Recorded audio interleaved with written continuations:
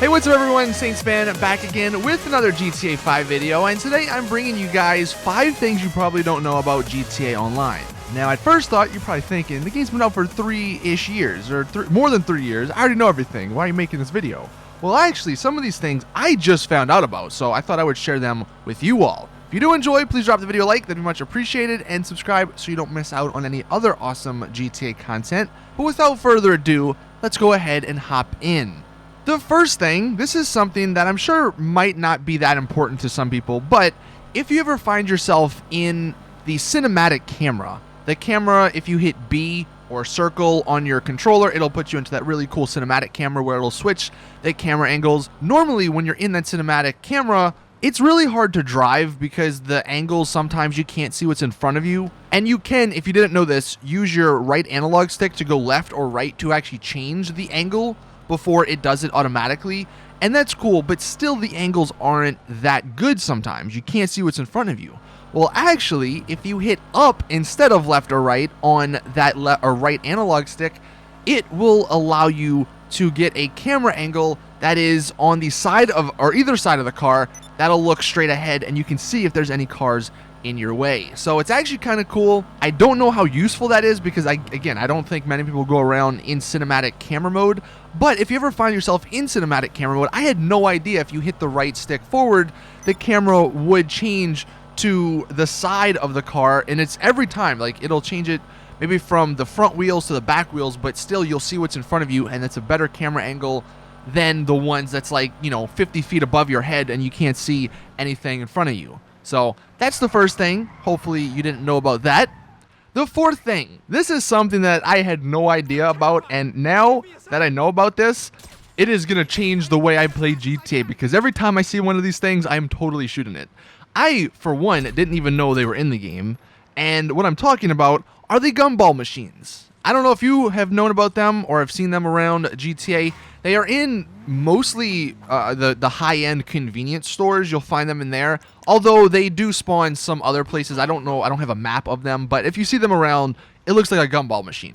One thing you can do with the gumball machines is shoot them, though, and it's actually really cool because when you shoot them, they explode, and it looks like confetti or something in the air, and it's so silly, it's so satisfying, it's so fun that now, whenever I go into a convenience store, I'm totally going to be shooting the gumball machine. And side note, if you like to take, GTA photographs or Snapmatics, then you can actually use that to enhance your pictures and make your pictures look even cooler. I mean, check this picture out. Someone used that, and you can see in the background, it just looks so awesome. So the gumball machines, I don't know if you guys knew about that. I didn't. But hopefully now you know that they're pretty fun to shoot.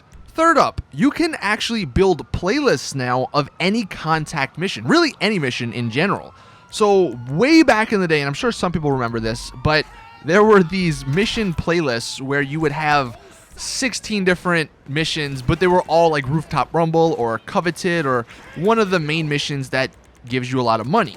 Well, unfortunately, you still can't stack them like that, but you can put Rooftop Rumble or Coveted or any mission into a playlist. They actually brought that back with the import-export update, and I didn't find out about this until recently. And it's actually kind of cool because instead of just the missions, you can also put the special vehicle missions, like the missions to get the Ruiner or the Phantom Wedge or any of the special vehicles. You can do those missions, and then you can put those in a playlist.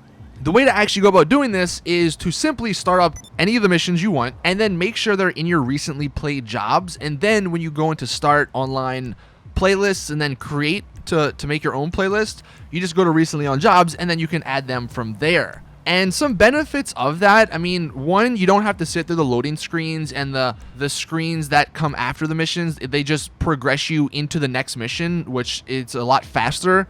And you can replay playlists. So if you do have a playlist of, just a few missions that you like to play that give you a lot of money that are really easy, you can just keep replaying them without having to go back into free mode or dealing with all the loading screens. You can just get right into the action. So it's really cool. It's really interesting to know, I think. And I know some people probably won't use this a lot because missions are kind of outdated. A lot of them don't give as much money as, say, VIP missions or CEO or even import-export stuff. And you probably don't want to leave the comfort of free roam. You don't have to deal with all the loading.